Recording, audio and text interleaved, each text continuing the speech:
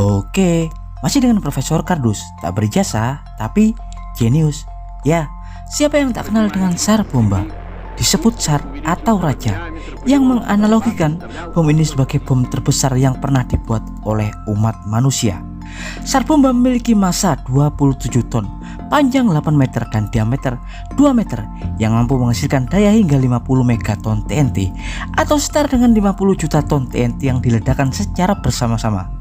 SAR Bomba diuji coba pertama kali pada 30 Oktober 1961 di Pulau Novaya Zemlya, Uni Soviet, dan dijatuhkan oleh pesawat Tupolev 95 dengan parasut dari ketinggian 4,2 km dan menciptakan bola api selebar 10 km, awan jamur setinggi 67 km, batang dengan lebar 40 km dan payung selebar 90 km dan menghasilkan gelombang kejut hingga radius 55 km dengan gelombang panas yang dapat menciptakan luka bakar tingkat 3 hingga radius 100 km, jendela-jendela pecah dalam radius 1200 km. Iya, dan kali ini Profesor Kardus akan mengulas mekanisme Teller ulam bom hidrogen 2 tahap seperti pada bom SAR Bomba. Tapi sebelum Profesor Kardus mengulasnya, jangan lupa like dan subscribe di channel Profesor Kardus. Tak berijazah tapi jenius, untuk mendapatkan informasi dan notifikasi terbaru dari sudut-sudut bumi dan sudut-sudut alam semesta lainnya. Iya, bom nuklir SAR Bomba menggunakan desain senjata nuklir generasi ketiga yang disebut sebagai desain 2 tahap atau Teller ulam, yang berbeda dengan generasi sebelumnya, di mana tahap primer fisi awal menggunakan inti plutonium 239 yang di dalamnya terdapat inisiator modular neutron. Ya, pada bom hidrogen 2 tahap seperti bom SAR Bomba ini, teknologi inisiator modular neutron telah di-upgrade. Jika pada bom fisi atau fusi generasi sebelumnya, inisiator modular neutron terdiri dari polonium 210 dan berilium. Dalam bom hidrogen 2 tahap ini, penggunaan inisiator modular neutron atau generator neutron dibuat dari gas deuterium tritium atau DT. Penggunaan deuterium tritium dalam generator neutron dapat menghasilkan pulsa neutron yang lebih kuat dan melimpah. Pembakaran deuterium tritium menghasilkan ledakan neutron yang akan membanjiri inti plutonium. Ya, ketika detonator TNT primer fisi awal meledak, gelombang kejut akan mengkompresi inti secara bersamaan. Ledakan pulsa modular neutron dari gabungan deuterium dan tritium mulai membombardir inti plutonium. Temper atau cangkang uranium berilium berfungsi untuk memantulkan ledakan neutron yang keluar kembali ke inti, sehingga dapat menghasilkan ledakan fisi awal yang jauh lebih kuat dari generasi senjata nuklir sebelumnya. Ya, setelah ledakan primer fisi awal mulai terbentuk yang menghasilkan hamburan energi ledakan sinar X hingga 100 juta Kelvin, barulah tahap sekunder kedua kemudian dimulai. Tahap kedua berfungsi untuk menghasilkan ledakan plasma persis dengan plasma helium yang terjadi di matahari melalui proses penggabungan fusi isotop hidrogen, yakni tritium dan deuterium.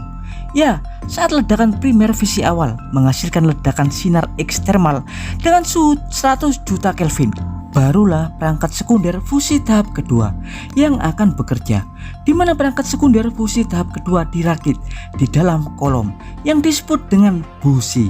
Ya, seperti yang kita tahu, perangkat busi identik dengan pengapian mesin. Dalam senjata termonuklir, sistem busi tahap kedua juga digunakan sebagai pengapian, yang notabene akan memanaskan ledakan fisi awal menjadi ledakan fusi yang menciptakan plasma helium yang lebih besar. Di sini, rakitan busi termonuklir terdiri dari rakitan batang plutonium 239 sebagai inti busi yang kemudian dilapisi dengan lithium 6 deuterida dan kemudian dilapisi dengan temper uranium 238. Ya, di sini lithium 6 deuterida merupakan gabungan lithium 6 dan deuterium. Di sini lithium 6 akan dirubah menjadi tritium dengan bantuan ledakan primer yang kaya akan neutron. Lithium 6 akan berubah menjadi tritium ketika teriradiasi oleh neutron.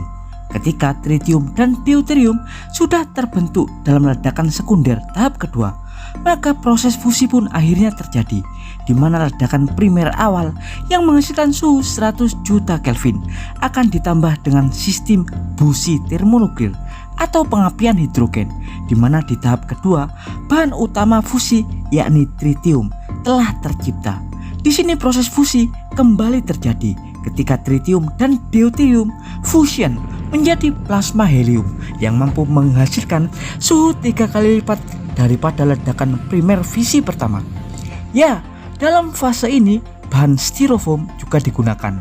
Styrofoam berfungsi sebagai penyerap sinar gamma yang dihasilkan pada ledakan primer pertama. Karena diketahui hamburan sinar gamma dapat mengurangi hasil kompresi busi. Ya, dari sinilah ledakan hidrogen pada bom SAR bomba tercipta. Disebut bom hidrogen karena bom ini menghasilkan ledakan plasma helium dengan suhu super sangat tinggi, hampir mirip fusi matahari, di mana plasma helium sendiri terbentuk dari dua isotop hidrogen, yakni tritium dan deuterium. Ya, dan demikian adalah informasi dari Profesor Kardus tentang tahapan peledakan termonuklir 2 tahap SAR bomba. Profesor Kardus dari Pulau Novaya Zemlya, Rusia mengabarkan.